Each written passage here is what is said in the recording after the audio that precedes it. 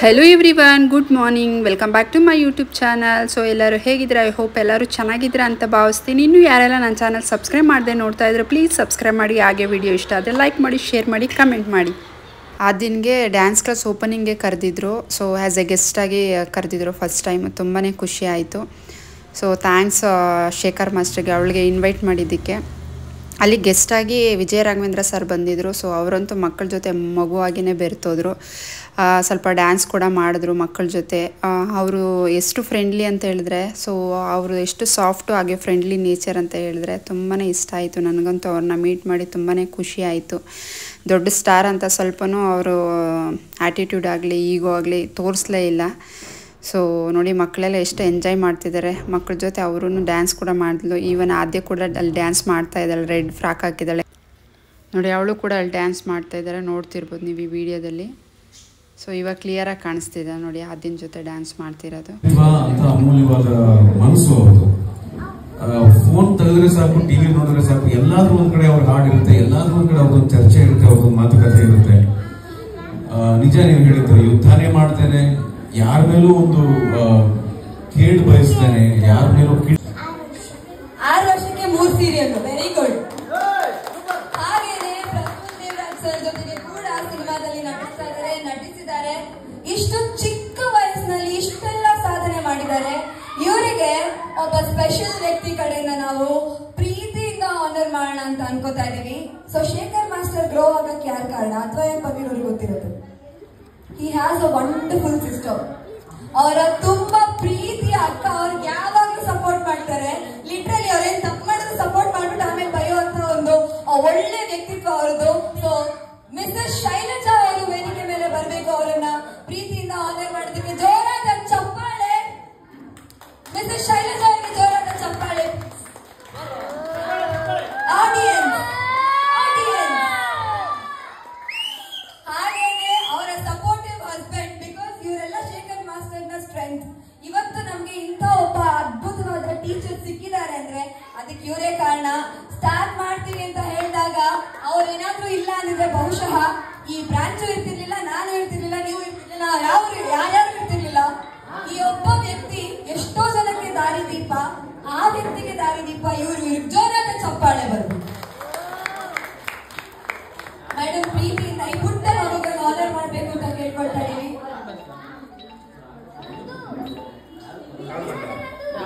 ಹಾಗೆ ಅವರನ್ನ ಹಸ್ಬೆಂಡ್ ಕೂಡ ಜಾಯಿನ್ ಆಗಬೇಕು.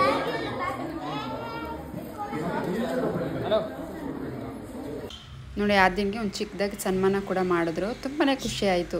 ಬಿಕಾಸ್ ಅಲ್ಲಿ ಹೋಗಿರೋದಕ್ಕಿಂತ ವಿಜಯ ರಾಘವೇಂದ್ರ ಸರ್ ಬಂದಿದ್ರಲ್ಲ, ಸೊ ಅವ್ರನ್ನ ಮೀಟ್ ಮಾಡಿ ತುಂಬಾ ಖುಷಿ ಆಯಿತು. ಸೊ ಹಾಗಾಗಿ ಇವಳು ಕೂಡ ಒಂದು 2 ರೀಲ್ ಕೂಡ ಮಾಡಿದ್ಲು. ಸೊ ನೋಡಿ, ಇದೇ ಡ್ಯಾನ್ಸ್ ಕ್ಲಾಸು. ತುಂಬ ಚೆನ್ನಾಗಿ ಹೇಳ್ಕೊಡ್ತಾರೆ.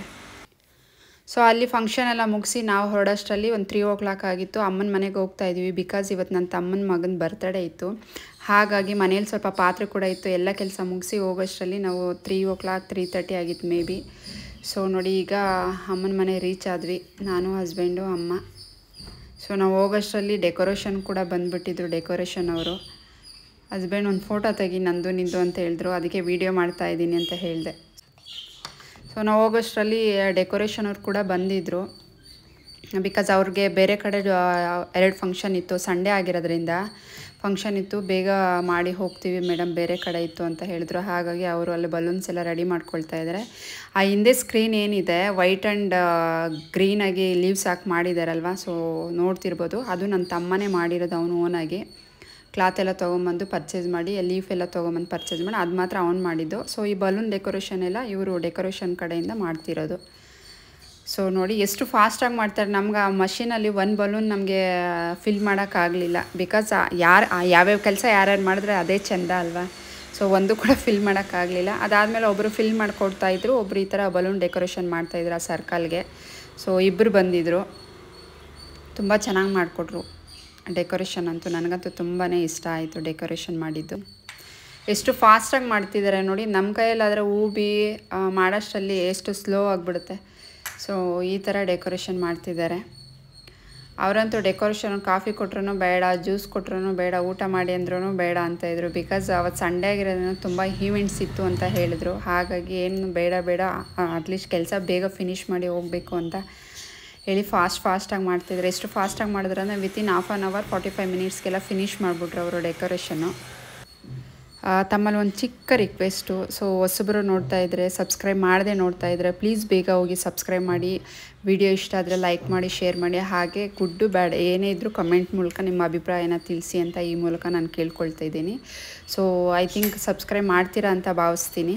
ಪ್ಲೀಸ್ ಸಬ್ಸ್ಕ್ರೈಬ್ ಮಾಡಿ. ನಿಮ್ಮ ಒಂದೊಂದು ಸಬ್ಸ್ಕ್ರೈಬು ನನಗೆ ತುಂಬಾ ವ್ಯಾಲ್ಯೂಬಲ್ಲು. ನಮಗೆ ಬೇರೆ ವಿಡಿಯೋ ಮಾಡೋಕ್ಕೆ ನನಗೆ ಸ್ಫೂರ್ತಿಯಾಗುತ್ತೆ. ಹಾಗಾಗಿ ನಿಮ್ಮ ಹತ್ರ ರಿಕ್ವೆಸ್ಟ್ ಮಾಡ್ತಾಯಿದ್ದೀನಿ. ವಿಡಿಯೋ ಇಷ್ಟ ಆದರೆ ಲೈಕ್ ಮಾಡಿ, ಶೇರ್ ಮಾಡಿ, ಕಮೆಂಟ್ ಮಾಡಿ.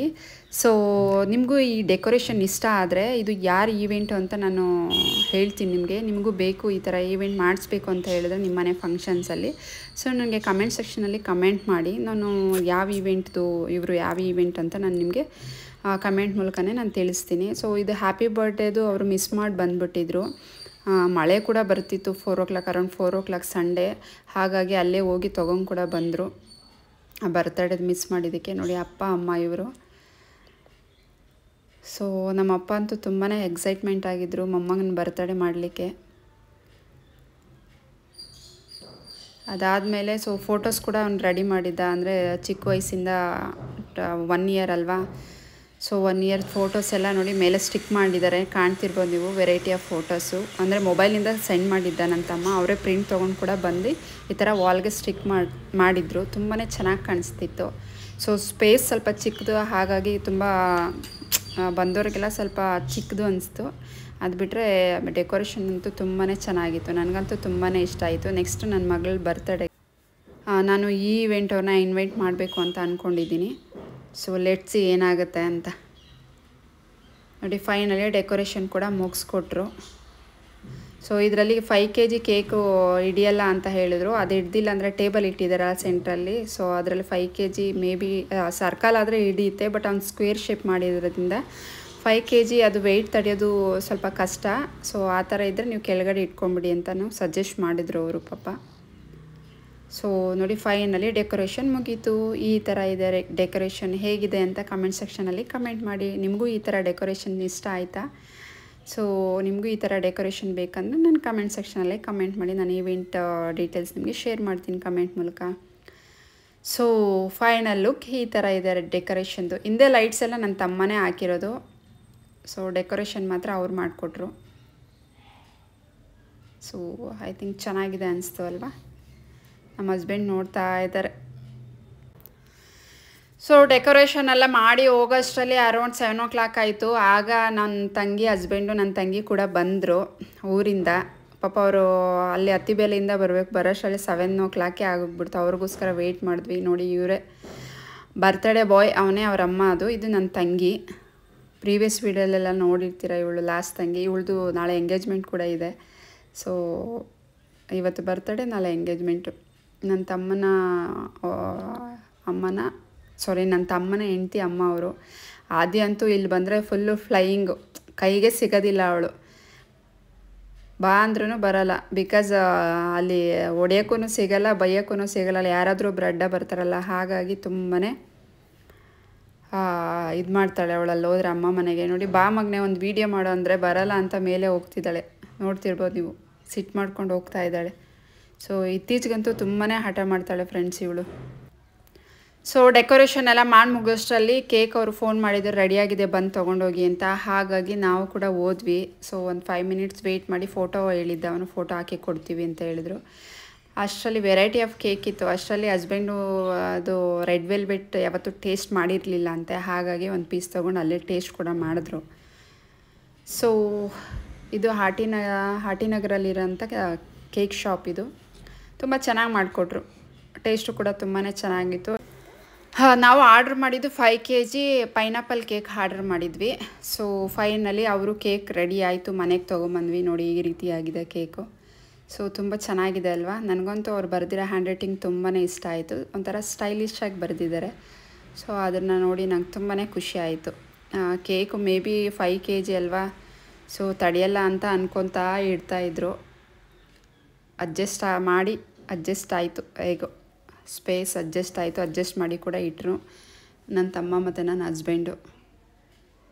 ಸೊ ಕೇಕ್ ಕಟ್ ಮಾಡೋಷ್ಟರಲ್ಲಿ ಅರೌಂಡ್ 8 o'clock ಆಗಿಬಿಡ್ತು. ಬಿಕಾಸ್ ನನ್ನ ತಂಗಿ ಬಂದಿದ್ದು ಲೇಟ್ ಆಯ್ತಲ್ವ, ಮಳೆ ಬೇರೆ ಇತ್ತು. ಹಾಗಾಗಿ ನಾವು ಅರೌಂಡ್ 7 o'clock ಕಟ್ ಮಾಡೋಣ, ಮಗು ಮಲಗಿಬಿಡುತ್ತೆ ಅಂತ ಅಂದ್ಕೊಂಡ್ವಿ. ಅದು ಎಲ್ಲ ರೆಡಿ ಮಾಡಿ ತೊಗೊಂಬರೋಷ್ಟರಲ್ಲಿ 8 ಗಂಟೆನೇ ಆಗೋಯ್ತು. ಸೊ ನೋಡಿ ಏನು ಸೂಪರಾಗಿದೆ ಅಲ್ವಾ ಕೇಕು.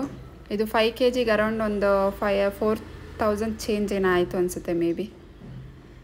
ಸೊ ನೋಡಿ ನನ್ನ ತಂಗಿ ಬಂದಳು. ಪಾಪ ಅವಳಂತೂ ಫುಲ್ಲು ಟಯರ್ಡ್ ಆಗಿದ್ಲು. ಬಿಕಾಸ್ ಅಲ್ಲಿ ತಮಿಳ್ನಾಡು ಕಡೆಯಿಂದ ಬರಬೇಕಾಗಿತ್ತು. ಮಳೆಯಲ್ಲಿ ಪಾಪ ಬಂದರು, ಬಸ್ಸಲ್ಲಿ ತುಂಬಾ ಕಷ್ಟಪಟ್ಟು ಬಂದರು. ಅಷ್ಟರಲ್ಲಿ ಕೇಕ್ ಕಟ್ ಮಾಡೋಷ್ಟರಲ್ಲಿ ಗೆಸ್ಟ್ ಕೂಡ ಇನ್ವೈಟ್ ಮಾಡಿದ್ವಿ ಅಲ್ವಾ, ಅವರು ಕೂಡ ಬಂದರು. ಸೊ ಇನ್ನು ಕೇಕ್ ಕಟ್ ಮಾಡೋದು ಲೇಟು ಅಂತ ಜ್ಯೂಸ್ ಕೊಟ್ಟಿದ್ವಿ, ಜ್ಯೂಸ್ ಕೂಡ ಕುಡಿತಾ ಇದ್ದಾರೆ. ನೋಡಿ ಇವನೇ ಬರ್ತಡೇ ಬಾಯ್, ಇವನ ಹೆಸರು ಗೋಕುಲ್ ಅಂತ, ಫಸ್ಟ್ ಇಯರ್ ಬರ್ತಡೇ.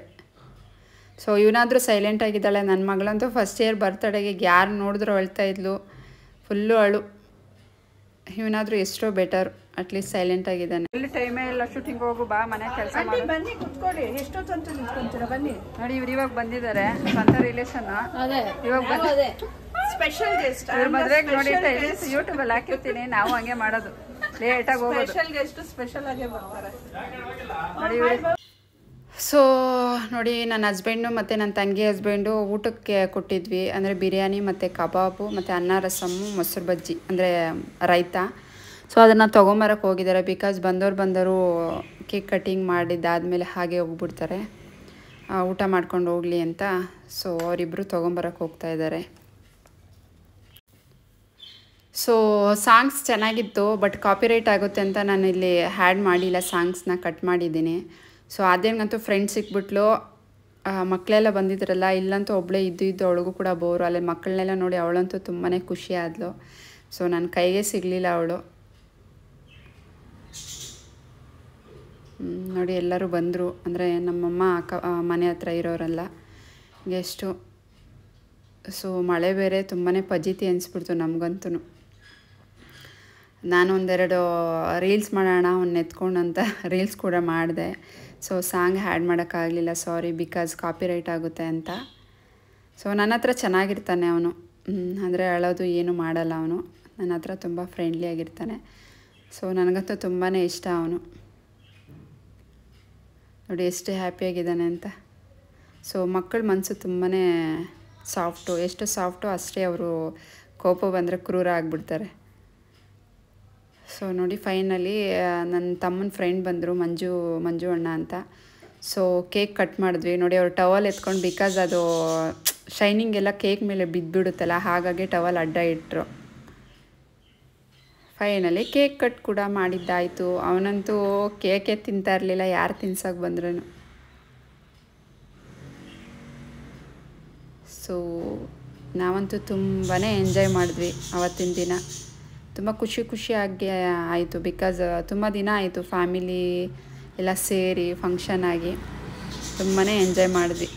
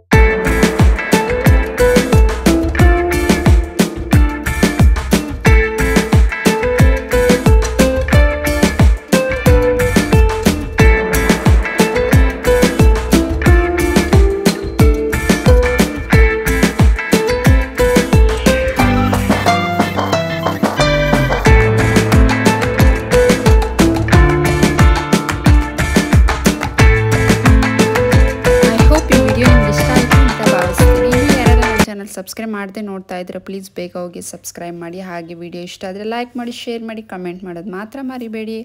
ಸೊ ಇನ್ನು ಊಟದ್ದೆಲ್ಲ ಕ್ಯಾಪ್ಚರ್ ಮಾಡೋಕ್ಕೆ ನಂಗೆ ಟೈಮ್ ಸಿಗಲಿಲ್ಲ, ಹಾಗಾಗಿ ಕ್ಯಾಪ್ಚರ್ ಮಾಡಲಿಲ್ಲ. ಮುಂದಿನ ವಿಡಿಯೋದಲ್ಲಿ ಸಿಗ್ತೀನಿ. Love you all, take care, bye.